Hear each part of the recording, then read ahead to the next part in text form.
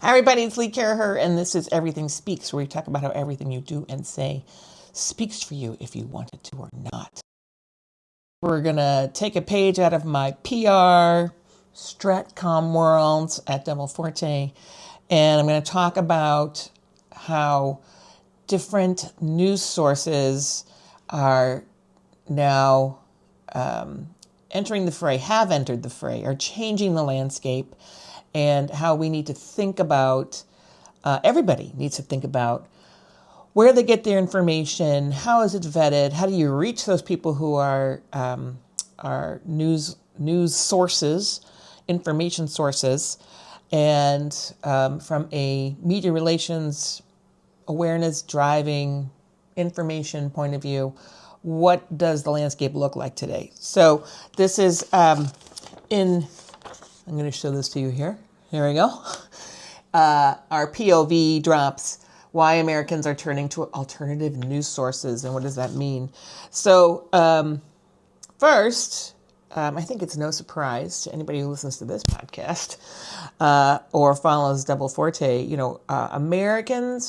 all Americans' perceptions of mainstream media outlets, which really used to enjoy such high regard across the board, as accurate, unbiased, trustworthy sources of information, has, declined precipitously in my career, for sure.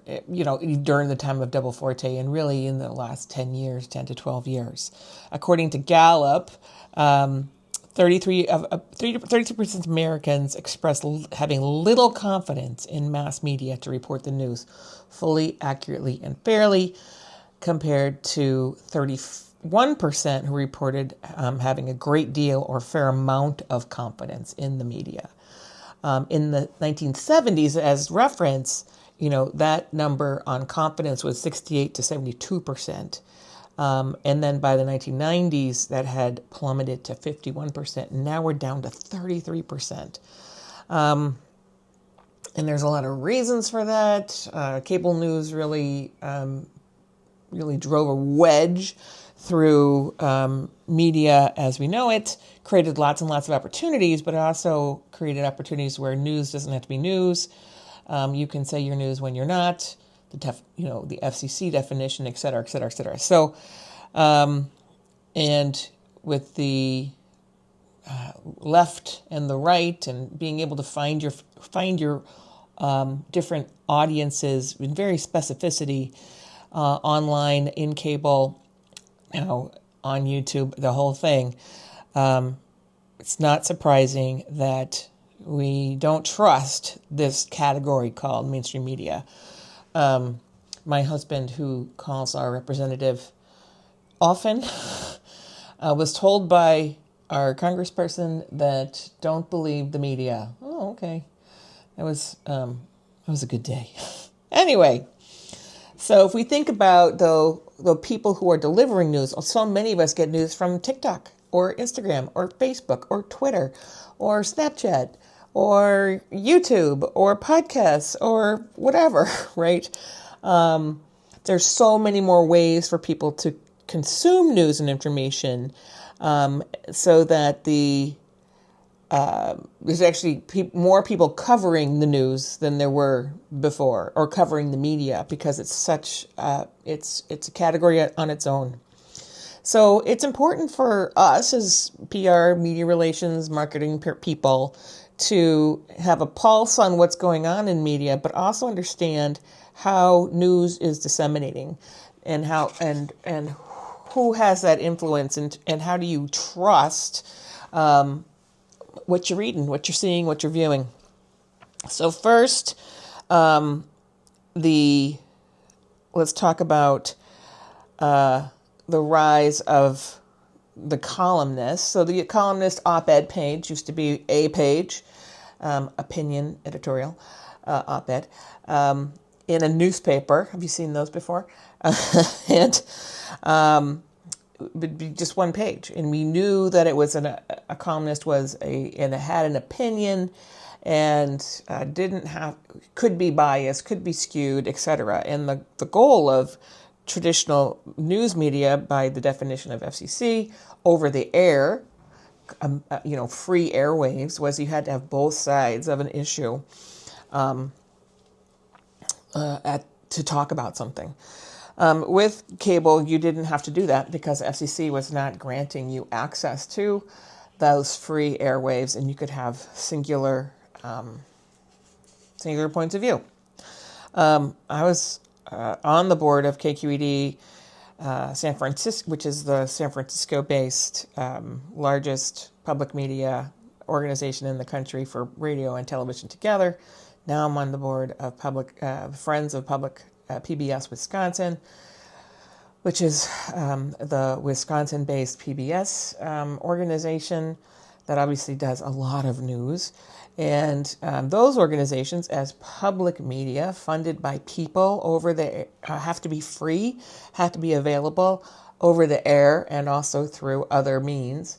They work so hard to make sure, I can tell you this from my time with them, they work so hard to make sure that it's fact-based and then opinions on both sides. And really, for my time at KQED, we knew we were on track when we got as many complaints from the left as we did from the right, etc. Anyway, so that's traditional media, which got upended by cable first, and then the internet, then Twitter, then YouTube, and now all the other streams. The other piece of this, too, is the generational shifts, right? So we have our Gen Z born 97 to 2012, they came of age surrounded by, they're totally digital natives. I mean, they came out of the womb with the phone in their hands, right? And they don't consume news the way my generation, and I'm the cusp of Boomer and Xers, do. In 2023, Pew Research survey says that 1/3 of adults under 30 regularly scroll TikTok for news. That's their specific purpose of going on. What's going on, which was up 255% from 2020. And one of the things that came to light was that they stated a preference for reporting that feels relatable and a personal compared to mass media. So I'm seeing myself in somebody I'm trusting while I scroll, and then sort of the interconnection of TikTokers, reposting and getting news from each other, etc. It's also interesting to note that nearly 40% of Gen Z report they trust social media influencers, which is 9% higher than the overall number of media that Americans trust mainstream media. Ouch. Man, that's brutal. It's brutal.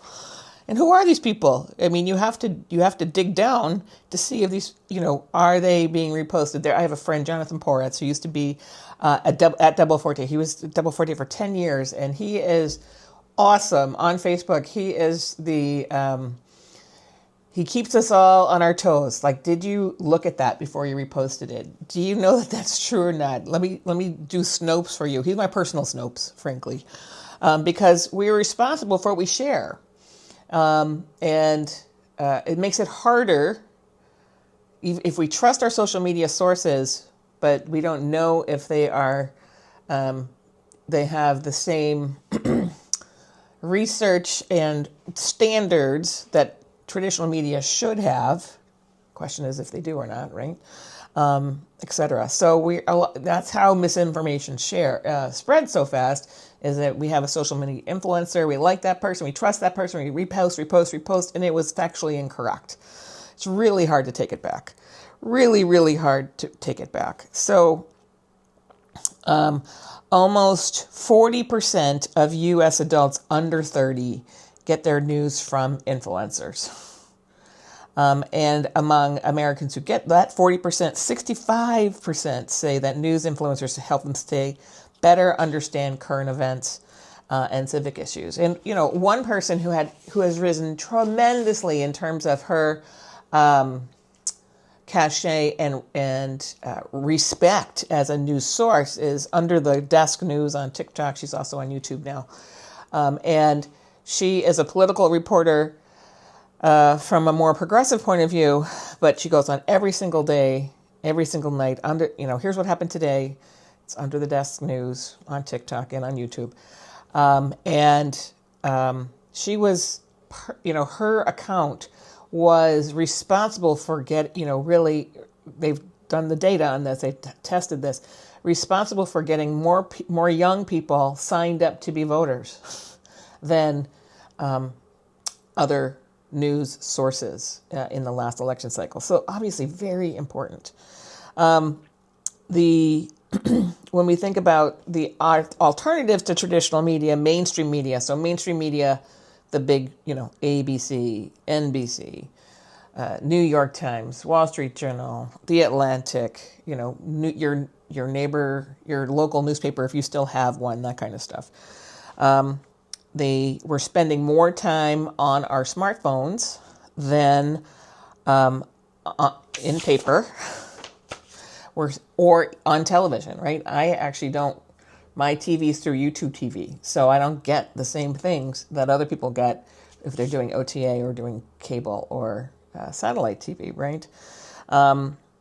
So if 54% of the United States population, 54%, over half, get their news from social media. And 1/3 of those people are getting it from Facebook and YouTube, are their primary sources of news.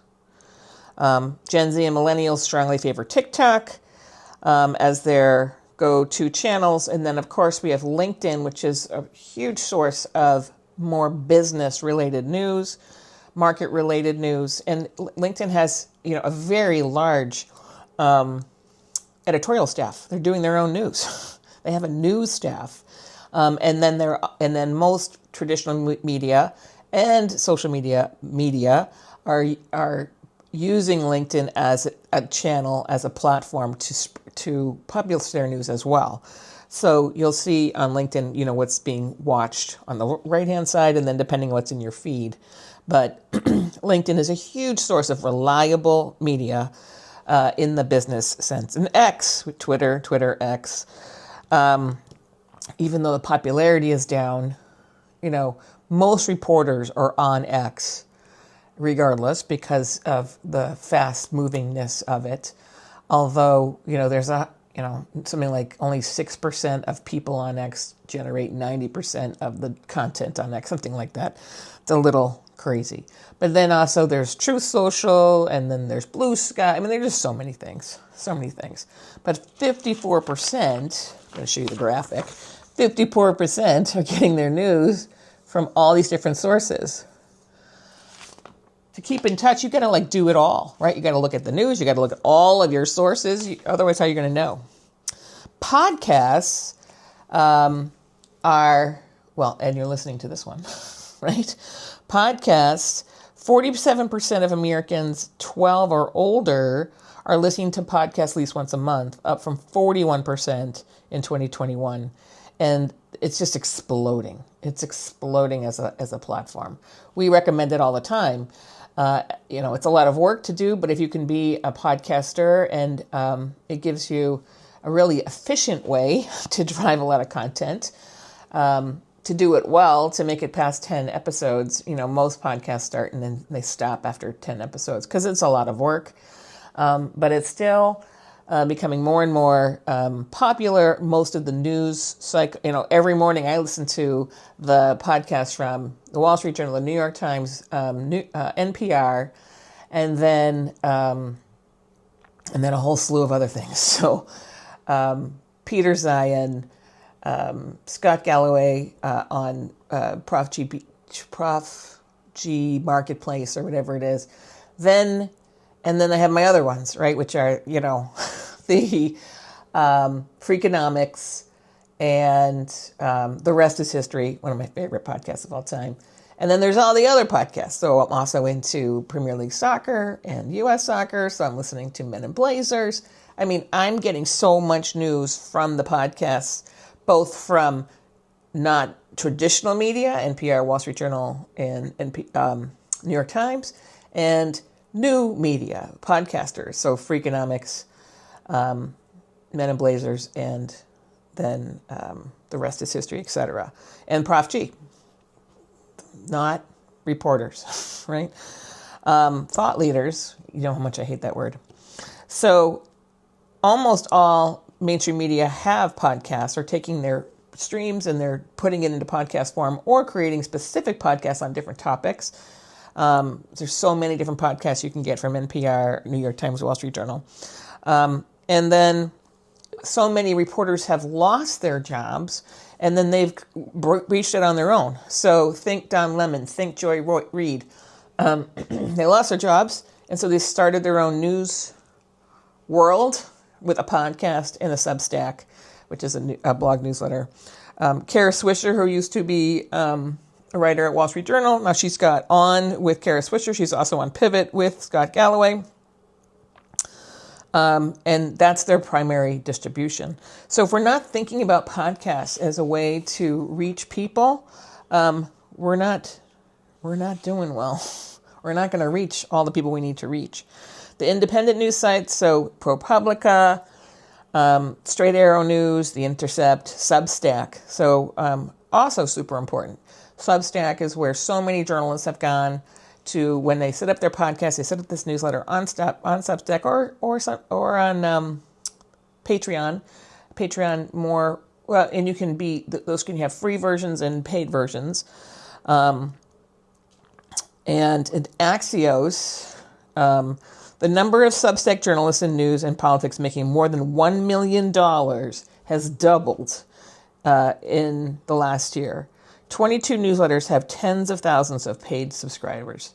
So these journalists who were on salary are now, if they find their niche and they do their job, are doing $1 million in income, where maybe they were on salary for 150, maybe they're on salary for 200 max.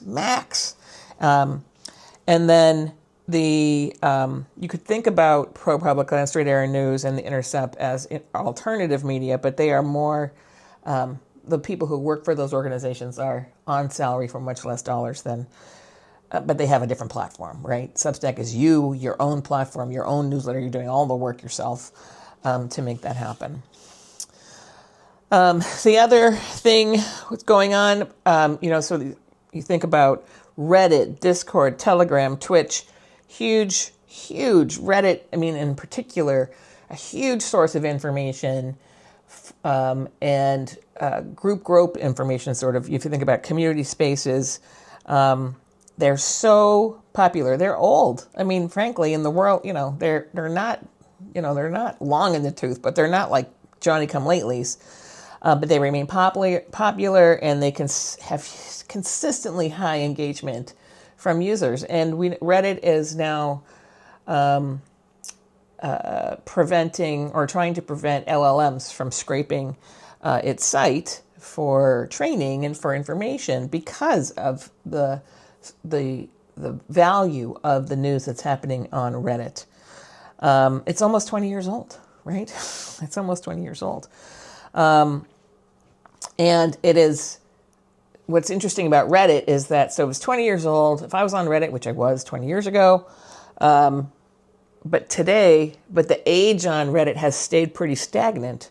So it keeps getting bigger by having younger people join it, which is very unusual in today's media landscape. 51% of Gen Z favor Reddit's user-driven nature, and 87% said they love being part of the Reddit community. Those are huge numbers on this. You can read the report on Twitch and on Discord and Telegram. There's just more and more there. So when we think about trying to, in media relations, like who do you need to talk to? Who are those people who are reaching your audience? You need to think the whole gambit. What are the traditional media? How are they distributing their news now? They're distributing it in their regular form. So if it's television, then on a podcast and in social media. on LinkedIn, on whatever, all the different places. Maybe it's a former reporter for the Wall Street Journal who now has their own Substack and a podcast. Or maybe it's a person like Dory Clark, who is an expert on entrepreneurship and personal branding. She has books, and a newsletter, as well as she publishes regularly for the HBR. And she's a professor. And then instead of having her own podcast, she's a guest on lots and lots and lots of podcasts. So, she has tremendous influence, not through her own podcast, but being a guest on podcasts. So where do you need to be? Everywhere. And you need to do a better job. We all need to do better jobs of fact checking all these people. We have a team at Double Forte that just vets influencers. They're making sure that they are who they say they are, that they have credible platforms, that the people who follow them are credible and not inflammatory. Because where we reach out for on behalf of our clients, where we want our clients to be so that they can reach their audiences, so it's relevant. We've talked about relevance before. You need to be on. We want to match up with where the client is with what the audience is, and those platforms really matter, right? The quality of the platform really matters. Where you are says a lot about who you are, meaning where your news is carried says a lot about who you are, depending on who that audience is. So, media landscape is still in flux. It's always seems to be, I started this company before Twitter,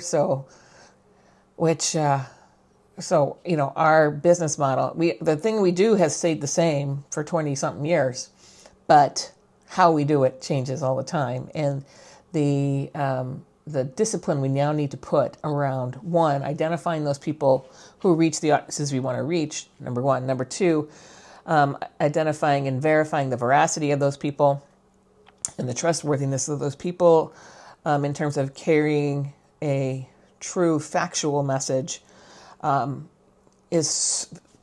be more important, and it's become a different part of our world. But you got to know the key platforms, and you got to know the key players, and where do they show up, and how do they show up. So, and the mainstream media still matters. It still matters. So I don't recommend giving up on it. If you're listening to podcasts, you hear them quoting the mainstream media all the time. And there's a reason for that. There's absolutely a reason for that. So, at the same time, there's never been a place where now you can create your own content, become your own news source. Highly recommend. It's going to be more and more important to be your own news source, because then you'll have the breadcrumbs of truth, the breadcrumbs of facts that you can be found for stories and for people talking about you, which of course is the point. Keeping your audience top of mind. Who are they? Where are they? How do they consume? What do they trust? What don't they trust? And making sure that you line up your relevance with that. All right. So I highly recommend that you go over to doubleforte.com.